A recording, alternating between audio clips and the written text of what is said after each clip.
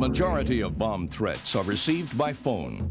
There are two logical explanations for someone reporting a threat. One, the caller has knowledge of a bomb and wants to minimize personal injury and property damage.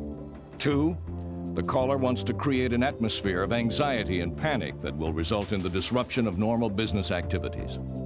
The most important thing to do, if you're faced with this situation, is to remain calm. This is the best way to obtain additional information, particularly if the caller wants to avoid injuries and deaths. Everyone responsible for answering the phone should have a bomb threat card located near their station. It's important to keep the caller on the line so that you can ask as many of the questions listed on the card as possible. When is the bomb going to explode? Where is it right now? Okay, what does it look like?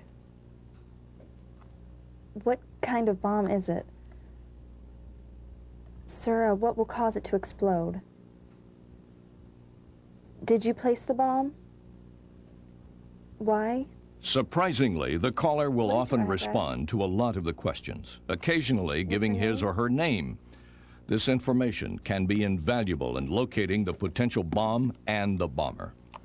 Immediately after the caller hangs up, report the threat to the person designated by management to receive such information, and then to the police. Judy, I just got a very important phone call.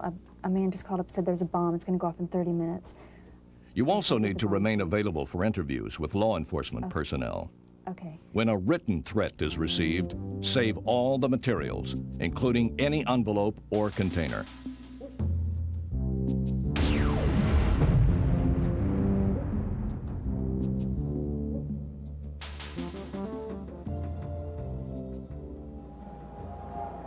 Probably the most important management decision you'll ever face is whether or not to evacuate your building during a bomb threat. The decision rests solely on the shoulders of the person in charge, because the police will not dictate the decision-making process unless an actual bomb device is found. On the surface, the course of action seems simple: evacuate. However, there are essentially three alternatives: ignore the threat, evacuate immediately, or search the facility and evacuate if it's deemed necessary. Ignoring the threat has various possible consequences. While statistically it's true that few bomb threats are real, bombs have been located in connection with threats. If employees, tenants, or customers learn that bomb threats have been received and ignored, it could result in morale problems and a long-term adverse effect on your business. Also, there's the possibility that the caller may actually plant a bomb if he or she feels like they're being ignored. Evacuating immediately seems like the logical approach, but there are negative factors to be considered. The obvious result is the disruptive effect on business. If the caller knows that you'll evacuate each time a threat is made, business can be brought to a standstill. For example, an employee may make a threat to get out of work, or a student may use it as a way to avoid a class or miss a test. Also, a bomber wishing to cause personal injuries could place a bomb near an exit used for evacuation and then call in the threat.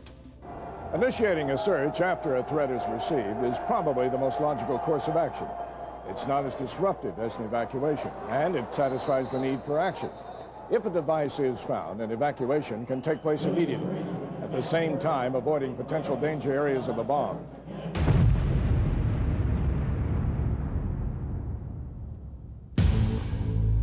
Bombs can be constructed to look like almost anything. The probability of finding a bomb that looks like a stereotypical bomb is almost non-existent.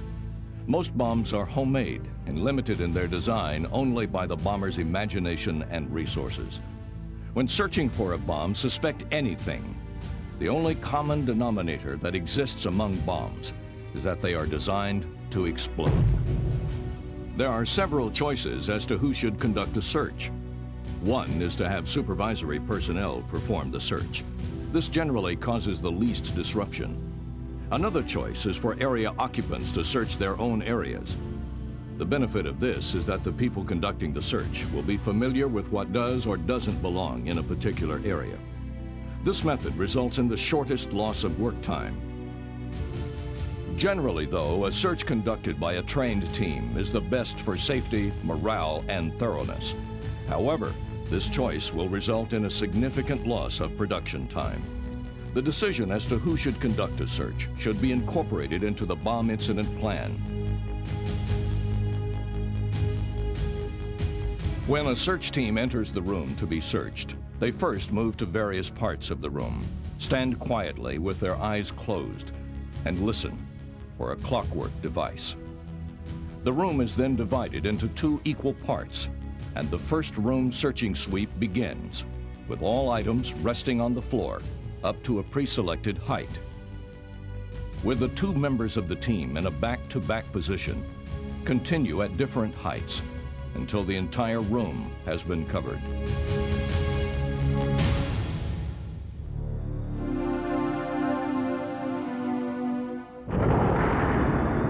If a bomb device is found, notify the person in charge, who will then relay the information to the command center. The command center will notify the authorities. Under no circumstances should anyone move or touch the suspected bomb, and immediately evacuate the building, routing personnel safely around the bomb area. One person should be appointed as a spokesperson to deal with the media. This will ensure the media is given accurate information from the proper source.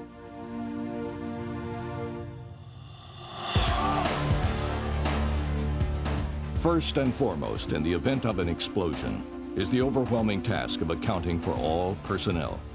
In multi-occupant buildings, this means dealing with all of the tenants and specifying who was or was not in the building at the time of the explosion. The building will need to be isolated in order to preserve evidence. Also to facilitate emergency response teams, like the police and fire departments, paramedics, and bomb squads. This means crowd control. There will be an escalated government response at all levels. The persons in charge will need to coordinate with local and state agencies, as well as various federal agencies like the FBI, the Bureau of Alcohol, Tobacco, and Firearms, the U.S. Secret Service, U.S. Customs, and the Department of State. There will also be a massive media response. Someone with senior management status will need to be appointed spokesperson. Again, this should be the only person allowed to communicate with the news media.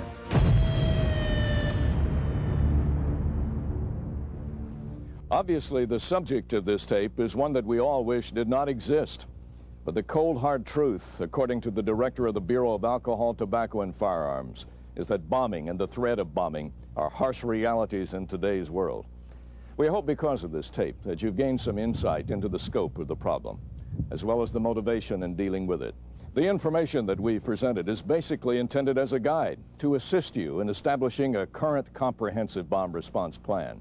At the end of this tape, we'll present a list of sources for additional information that will help you tailor your plan to fit your business, and we'll tell you how to order additional copies of this program. In closing, remember that the key to dealing with a bomb incident is preparation. By developing and instituting a comprehensive bomb response plan, you can significantly reduce the potential for personal injury, property damage, and corporate liability.